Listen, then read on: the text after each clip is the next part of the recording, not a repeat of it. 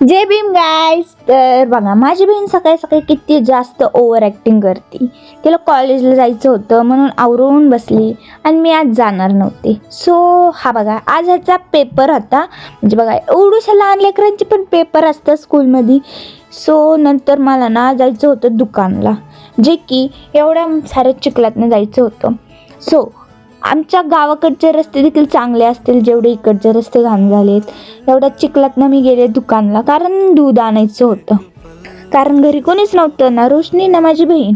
मग दुकानात गेले आणि दूध घेतलं. आणि माझं लक इतकं जास्त चांगलं, जेव्हा मी दूध घेऊन घरी आले तेव्हा एवढा बादा पाऊस सुरू झाला. मग आता एवढा जास्त पाऊस येतोय, त्यात मला करायचं होतं चहा. सो मम्मीला चहा बनवत होते, त्यात मला पण केला.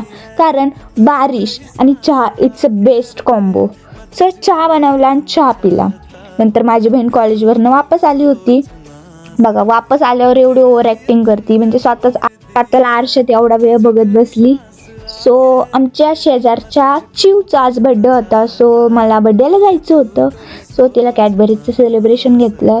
सो बड्डेला मी गुब्याला घेऊन जाणार होते. सो आम्ही बड्डेला गेलो होतो. सो तिला गिफ्ट दिलं. बघा, चिव खूप छान दिसत होती बड्डेला. तिथे बघा, हा कसा शांत असला आहे, हा चेंडू, दोघं इतके शांत असले होते बड्डेला. सो नंतर केक कट वगैरे केला आणि नंतर तिथं बड्डेला गेलते. तिथं बड्डेला मलाच फोटो काढायला लावत होते. फोटो काढ. सो फोटो वगैरे काढले त्यांचे आणि चिवला केक वगैरे खाऊ घातला आणि नंतर वापस घरी आलो. बाहेर गेल्यावर एवढं गुड बॉय सारखा वागतो ना हा, एकदम जास्त. मग नंतर घरी आल्यावर भेळ वगैरे खाल्ली. सो असा होता माझा आजचा दिवस. व्हिडिओ आवडला असेल तर लाईक करा आणि पुढच्या ब्लॉगसाठी फॉलो करा. Okay, bye.